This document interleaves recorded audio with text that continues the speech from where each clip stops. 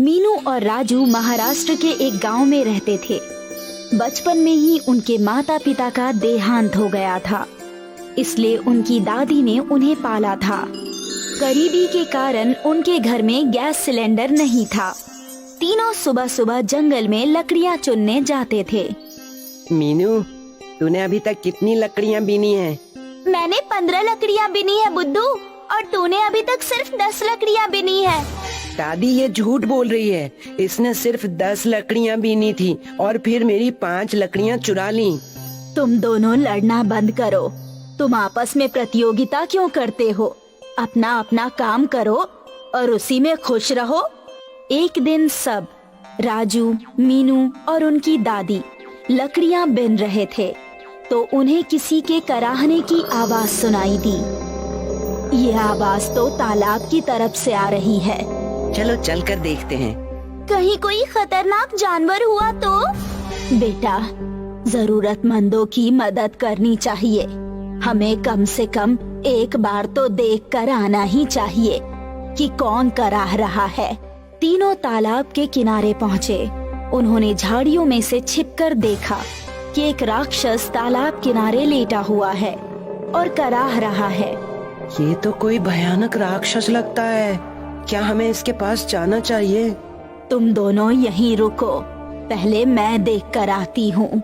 दादी राक्षस के पास गई तो उसने देखा कि राक्षस कई जगह से घायल है। ऐसा लग रहा था जैसे राक्षस को पत्थर मारे गए हों। तुम कौन हो और यहाँ क्या कर रहे हो? अब्बा, मैं समुद्र किनारे के एक टापू से यहाँ आया हूँ। तो तुम यहाँ तक कैसे पहुँचे? मैं मांस नहीं खाता, इसलिए मेरी जाति के लोगों ने मुझे टापू से निकाल दिया। जब मैं महाराष्ट्र पहुंचा तो लोग मेरी शक्ल सूरत देखकर डर गए और उन्होंने मुझे पत्थर मारे। मैं भागता भागता यहाँ तक आ पहुँचा हूँ। राजू और मीनू, झाड़ियों से निकल आओ, ये बुरा राक्षस नहीं है। राजू, मीनू और दादी ने मिलकर राक्षस के घाव धोए और खाने को फल दिए। ये फल हमने इस जंगल से ही तोड़े हैं। तुम ढूंढोगे तो तुम्हें यहाँ आम, जामुन और अमरूद के पेड़ मिल जाएंगे। अब दादी, राजू और मीनू जब भी लकड़ियाँ इकट्ठी करने जाते थे, राक्षस से मिलकर आते। लेकिन एक दिन एक सरकारी अधिकारी ने तीनों को रोक लिया। सुनो तुम तीनों, आज के बाद जंगल में मत आना। सरकार ने जंगल के पेड़ों की कटाई पर रोक लगा दी है। आप गलत समझ रहे हैं। हम कोई पेड़ नहीं काटते, सिर्फ जमीन पर गिरी हुई लकड़ियों को ही बीनते हैं। बुढ़िया, ज्यादा दिमाग ना चला। एक बार मना कर दिया तो कर दिया। इस तरह तीनों के जंगल जाने पर रोक लग गई।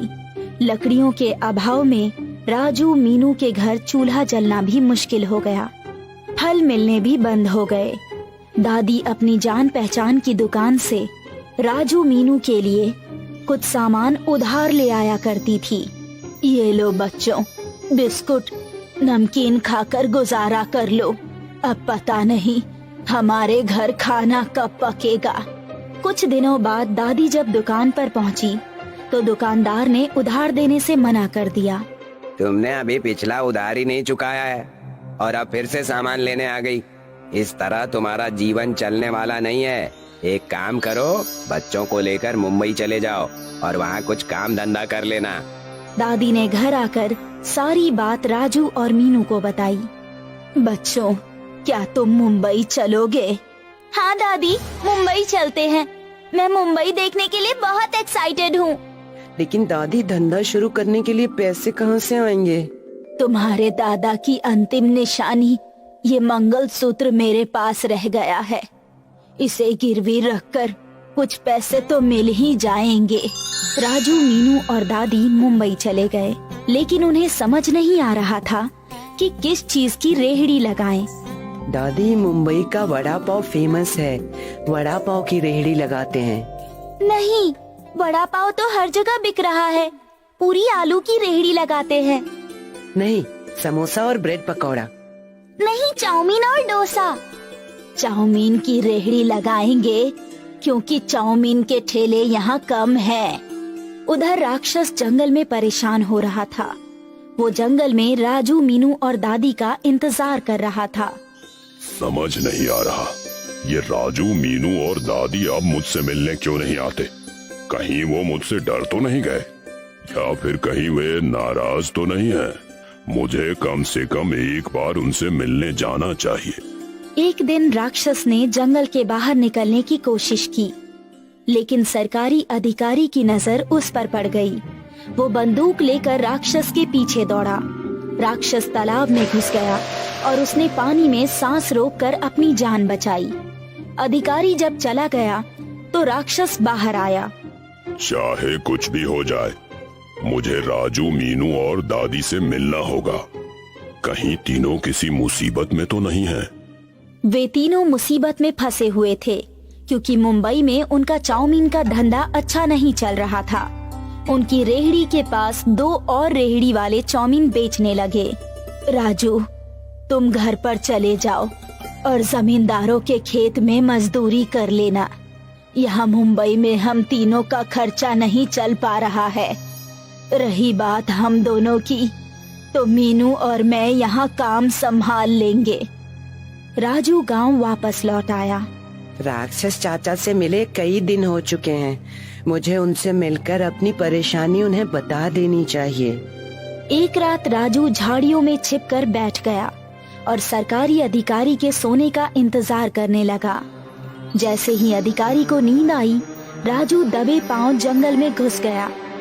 राक्षस एक पेड़ के ऊपर छिपकर रहता था। जैसे ही राक्षस ने राजू को देखा, वो पेड़ से कूद पड़ा। तुमने तो मुझे डरा ही दिया चाचा। और सुनाओ, तुम्हारे क्या हाल चाल हैं? यहाँ जिंदगी बहुत खराब है।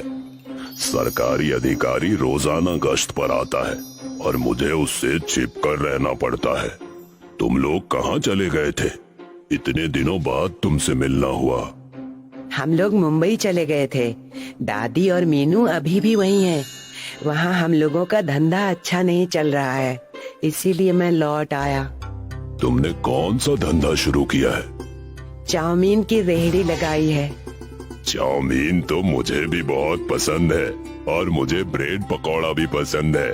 मेरी माँ मुझे पकौड़ा चाउमीन बनाकर खिलाती थी। पकौड़ा चाउमीन?